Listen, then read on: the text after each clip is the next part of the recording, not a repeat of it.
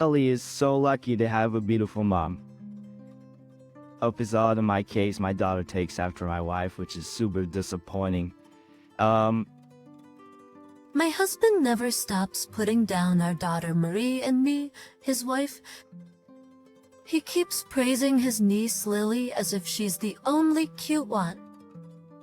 The most disappointing person here is actually him. It seems like it's high time he understood that. My name is Maya. I'm a working mother in my late 40s. My daughter's name is Marie. She's a 12th grade student and is super busy with her studies every day. My husband Sam is also in his late 40s and works as a salaried employee. He seems to have a tough time in middle management, and he always complains when he comes home from work. I'm willing to be lenient about him venting his work-related stress. If only it stopped there. Sam tends to take out his dissatisfaction on his family. Specifically, Sam says bad things directly to me and Marie. Complaining that my cooking is bad has become a routine. He says it every meal, even though he finishes everything on his plate.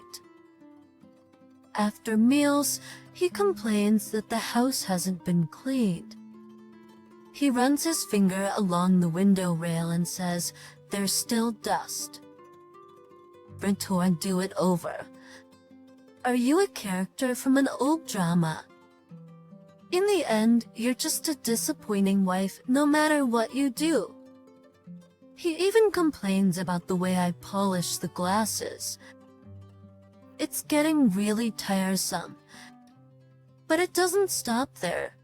Sam also says terrible things to Marie. But despite her being his own daughter, he finds fault with everything. At her age, teens usually care about fashion. But that she changes her hairstyle even a little, he says it doesn't suit her. If she chooses a club activity, he says, "What's such a pointless club? How's many odds they're sending you or something? Even if she gets good grades on a test, he says, you know, what's with these grades?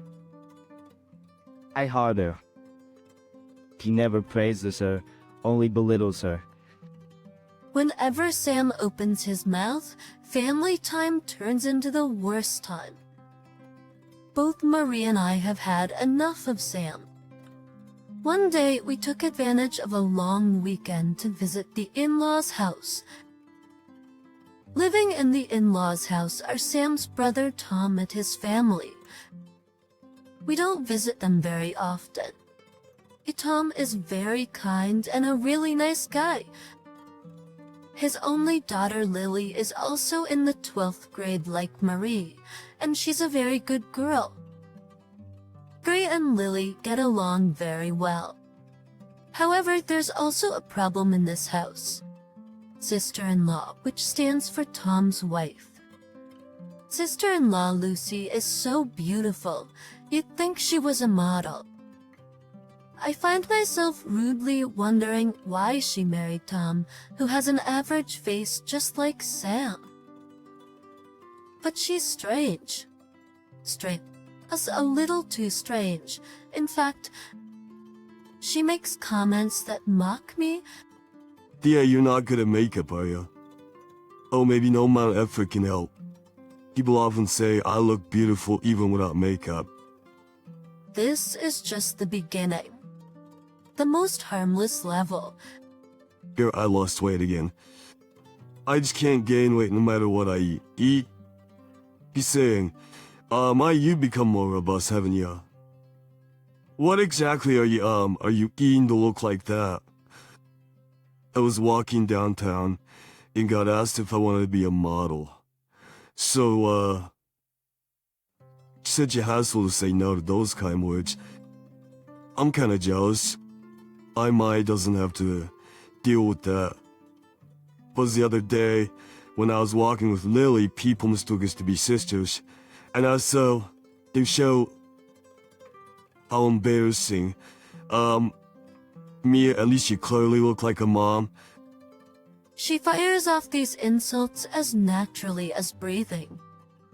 I'll admit that Lucy is truly beautiful and has an incredible figure. Her stories are probably true as well. But is there really a need to put me down each time? Every time Tom says, why would you say something like that? This is just not dumb. It's rude. But she barely gets it. Elsie just smiles frivolously and says, but it's true, Stations, I guess I can just about tolerate this level of insult and let it slide with a laugh. However, sometimes a chemical reaction occurs. Mixing can be dangerous. That's when Sam's switch is flipped. You're right. How Lucy was my wife really lacks charm. He dares to criticize others while he himself is already balding. Lucy's daughter has inherited her mother's good looks. She's in the 12th grade like my daughter Marie, but she looks so mature she could pass for a college student. She's fashionable and beautiful, and Marie loves her. Fortunately, while Lily may look like Lucy, she has Tom's personality. She doesn't look down on Marie or me, and is a kind and considerate girl. Some beautiful and having a good personality is the ultimate combo, isn't it? Marie always says her eyes shining. She probably looks up to her favorite cousin. Thanks to that, Marie has also become more refined. She doesn't wear makeup yet, but she's started to become more stylish within the boundaries of school rules. She probably spends about 30 minutes in front of the mirror every morning for school. At least that's gotten rid of her habit of oversleeping. I don't mind going to the in-laws' house, where the in-laws John and Sophia are also nice people, as well as Tom and Lily. It's just Lucy and Sam's attitudes that bother me. Iking ordeality. Neither Tom's words nor mine seem to get through to them. Is there a good way to change these two with bad mouths? As I pondered this, the visit to the in-laws' house this time came around.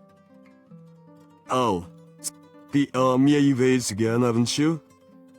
And the things you have more wrinkles than me. If we walk together, people will think I'm the young one. 8 minutes after opening the door to the in-laws' house, Lucy was already elevating herself while belittling me. This seems like it's going to be another depressing time. Then, are you taking good care of your skin? You must use a lot of moisturizer. When I go to the cosmetics section, salespeople even say my skin looks youthful. Is it going to be like this again today? I'm getting really fed up with this, I thought, turning my attention towards my daughter and niece.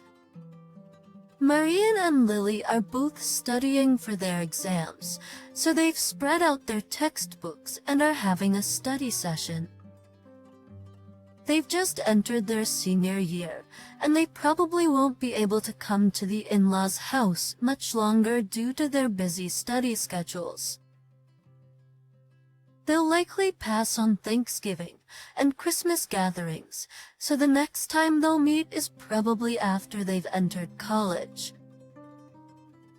Knowing that, Marie decided to come along today. I peek into their notebooks without disturbing them too much, only to find a series of numbers that I can't understand.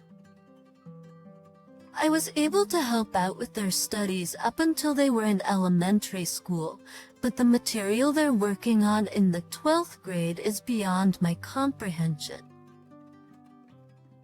Did I really study stuff like this?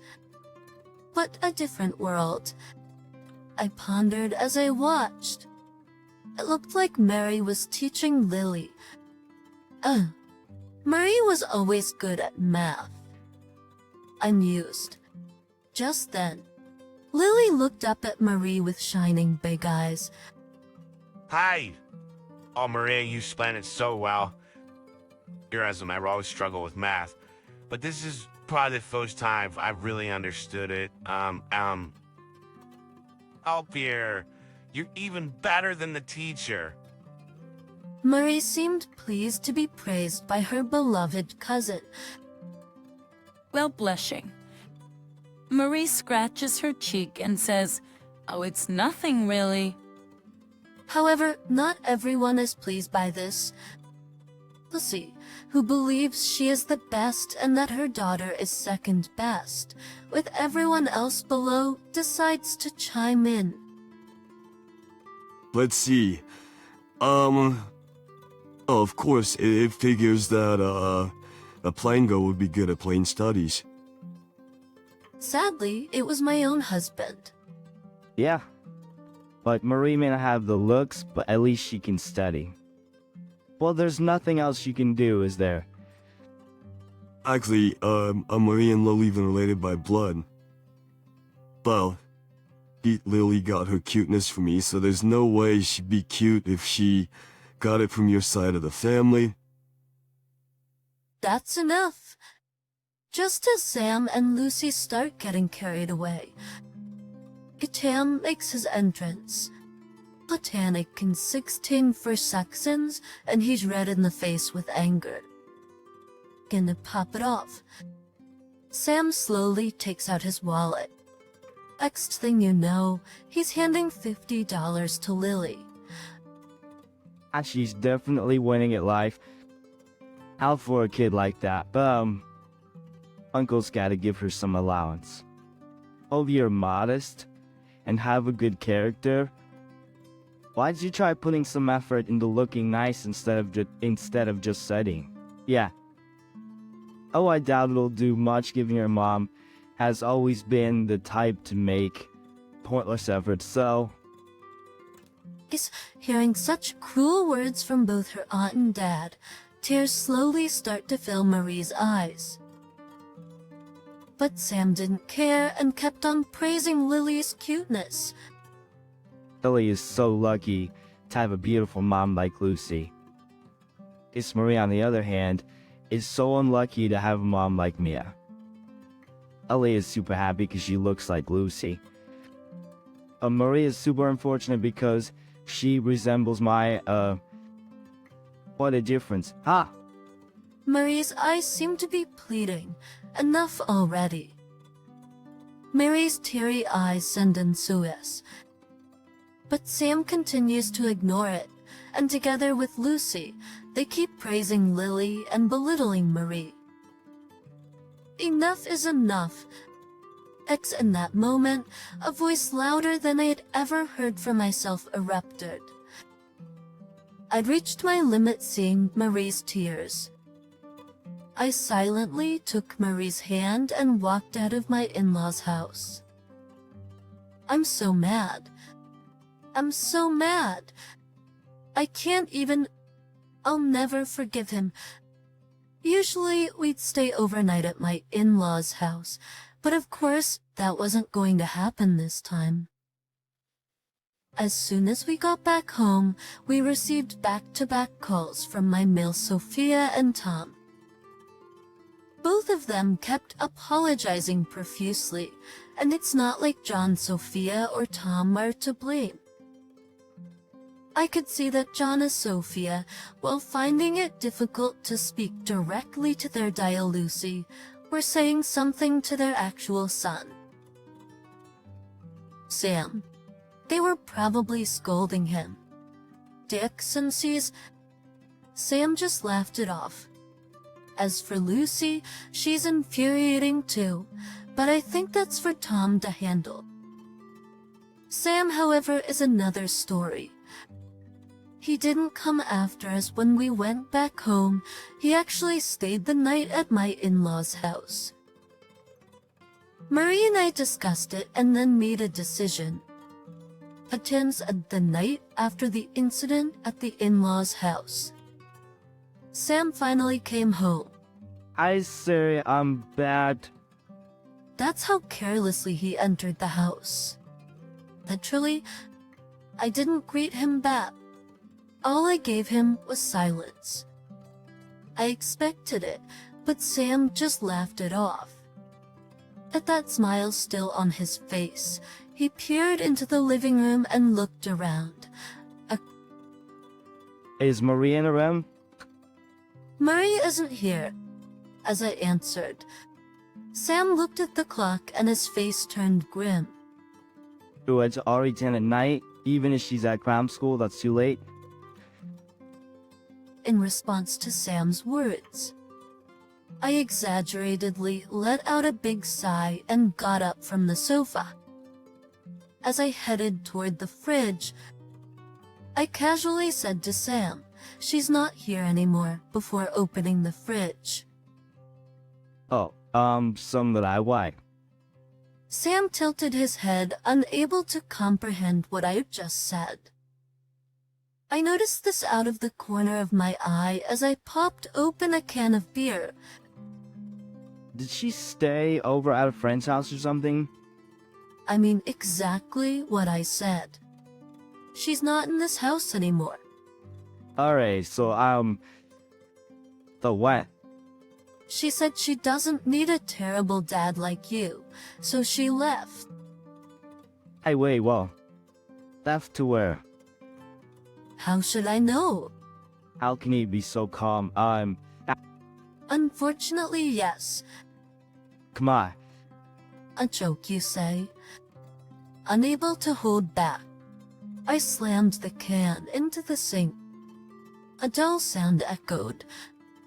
I glared sharply at Sam. A joke is something that makes everyone laugh. What, you're actually angry? Your joke wasn't funny at all. The only people laughing were you and Lucy. No one else was laughing. How is that a joke? Well, that's because, you are too stubborn. What kind of joke makes your own daughter cry? I thought maybe it would motivate her or something. There's no child in the world who would be motivated by that. Shut up! No, but about it. What you've done is more than enough for Marie to abandon you. Abandon? That's why she ran away. Hell, what the hell? Does he really not understand what an irreversible mistake he's made unless I spell it out like this?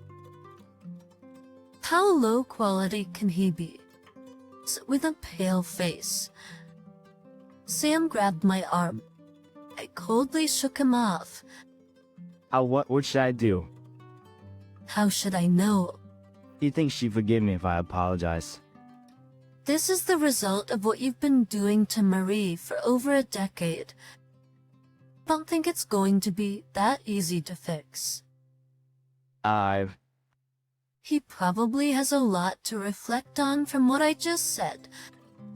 Sam was at a loss for words, and then, I'll go look for her. thanks with that, he dashed out of the house. So he does care that Marie is gone, after all. That's disappointing, especially after how much he said it wouldn't matter. But it's too late now. I watched Sam leave, then went back to the room to grab my bag. It was packed as though I was going on a trip. I'd already sent the bulk of it via courier earlier in the day.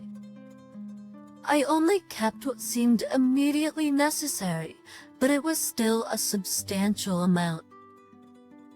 I picked up my bag and left the house. Making sure Sam was nowhere in sight, I stepped out onto the main street and hailed a taxi. As for where I'm headed, What's going on? Where are your bags gone to? that was the first thing I heard when Sam called me. His voice was so loud that even holding the phone away from my ear didn't help. ignoring what he had to say. I put the phone back to my ear and spoke. Well, of course they're gone. I took them with me. Choke them? And where the hell are you? His voice is so loud that I pull the phone away from my ear again. Deciding I've had enough, I put the call on speaker. I place the phone on the table, take a sip of my coffee, and then speak. I don't think I need to tell you where. Anyway, I'm running away from home too, so good luck living on your own. That's sadly. Be kidding me. You think you can get away with this? You should be happy your troublesome wife is gone. Oh, you're so persistent. I told you it was a joke. Can you believe he's still calling it a joke? Just as I'm about to raise my voice at the unrepentant Sam, that's when it happens. Dad's jokes are never funny. There's no way something that hurts your daughter could ever be funny. Our daughter? Marie yells from beside me, the one who is shocked is Sam. So, are you with her? She shouts in a flustered voice. Of course I am. Mom and I are at Grandma and Grandpa's house. In parents. Hey, you mean Maya's parents' place? Yes, exactly.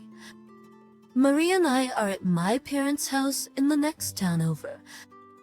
Alright, I get it. I'm coming to pick you up. Let's talk this over, okay? With that, Sam hangs up the phone. I wonder if he's really prepared for this conversation.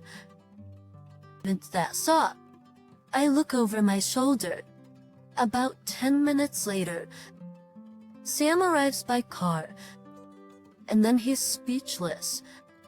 Why is everyone here? It's not surprising that Sam is shocked. After all, not only are my parents at my family home, but also my in-laws. John and Sophia, and even my niece Lily and her mother Lucy. It's a gathering of people who would hardly ever come together, except for rites of passage. Faced with this, Sam is at a loss for words. I smile at Sam and say, "We'll sit down here," pointing to the floor, and FT crafted. The circle is formed by me, my parents, Tom, John and Sophia, and then Mary and Lily. Here. Yes, right there. It's with my compelling smile. Sam takes a seat with a strained expression. By the way, Lucy is sitting outside of the circle, all by herself. Right then, anything you'd like to say? I've done nothing wrong. Is this the mouth that still makes jokes? As I pinch his cheek, he screams, ouch. Rubbing his now red cheek, Sam speaks because it was a joke. Ouch, ouch, ouch. Seeing Sam's overly frivolous attitude, and then my parents took over. Sam, what do you think a family is? Aren't you supposed to protect your family as its central figure? That's what I've been doing. So belittling your daughter and wife is your way of protecting them. Well, Do you even cherish Marie to begin with? absolutely, with overflowing love. So belittling her every day and comparing her to other children is your idea of overflowing love. Sam loses his words under my dad's glare. Then John and Sophia speak. Really, what a foolish son. Audacious. Sam is surprised by the harsh words from his actual parents. But John and Sophia don't stop there. I can only think that we raised you wrong. How could you turn out to be such a fool? But Sophia, Tom turned out to be a fine man. Maybe we should consider that it's Sam's character that's the problem here. But Sophia, Tom turned out to be a fine man. Maybe we should consider that it's Sam's character that's the problem here. You're right.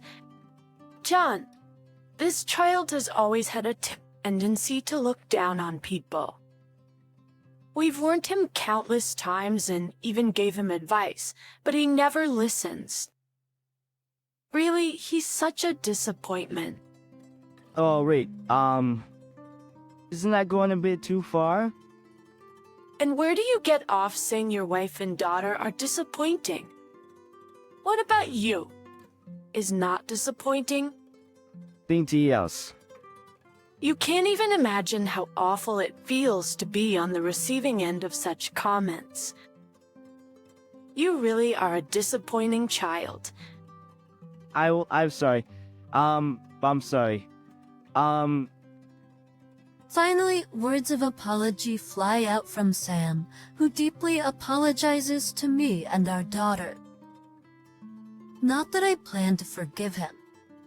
I will never forgive him for what he said to Marie. I glance sideways at Marie, who has a perfectly expressionless face. She seems completely unmoved by her father's apology, and I can't help but give a wry smile. It must have gotten through to Sam. Emery. I was wrong too. Yeah. Dad was his too. What do you mean? Finally, Marie speaks, her voice low. Sam's face turns pale. What? So Dad also thinks I'm at fault? That ultimately, it's all because I'm a disappointment. Well, So Dad, you prefer Lily and Aunt over me and Mom, right? We're just a disappointing wife and daughter, aren't we? no, that's not it. You know, I also find it disappointing to have someone like you as my dad. I don't need a disappointing dad anymore. It's a nuisance. If you like Lily and Aunt so much, you should go live with them. Hagen obviously what? No, that's a bit much. Sam is flustered. Then his niece Lily speaks. Sam is shocked by the unexpected remark from Lily. But Lily doesn't stop. Saying awful things about your own wife and daughter while doting on your niece? Oh, you're the one who's disappointing for thinking your family is a letdown. I'm sorry. I don't need such a pathetic apology. I hate both Mom and you. Uncle. I didn't even want to see your faces. Lily's words catch everyone by surprise, and Lucy lifts her face in shock. Lily, tell people you hate Mom too? Mom, you also kept making excuses whenever Dad warned you. You don't think you're wrong at all, do you? Oh, it's you. Mom and Uncle are the worst for talking bad about others. Do you think you're such good people that you have the right to criticize? You're just spiritually impoverished.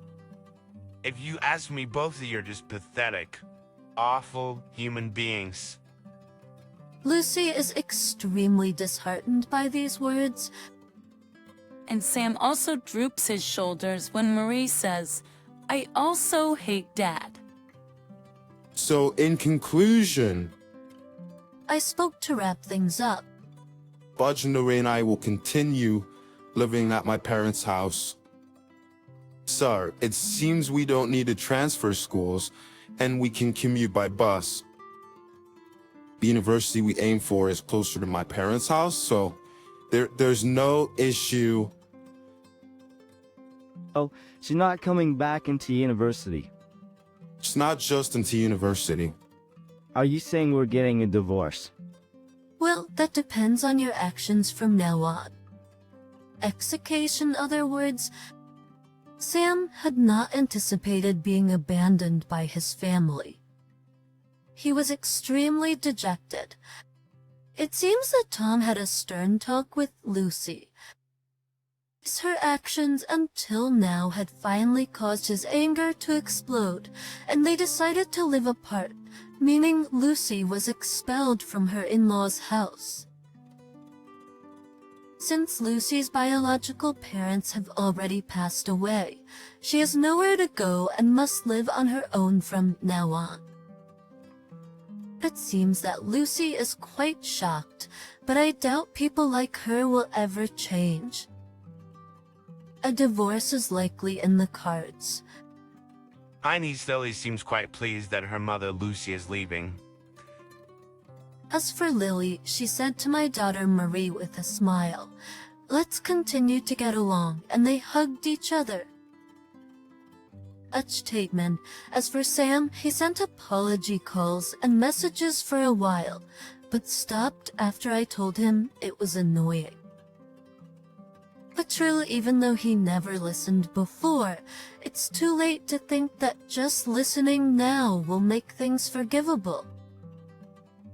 He's been making regular payments for living expenses and child support, so we'll see if he shows any sincerity going forward. That said, it's questionable whether he'll be able to attend Mary's wedding ceremony. As for Marie, she's been freed from a dad who only had harsh words for her and is enjoying truly happy days. The increase in her smiles makes me happy too. I've also started working and am leading a fulfilling life. At this rate, it looks like we won't even need living expenses from Sam. I quietly smile as I ponder what this all means.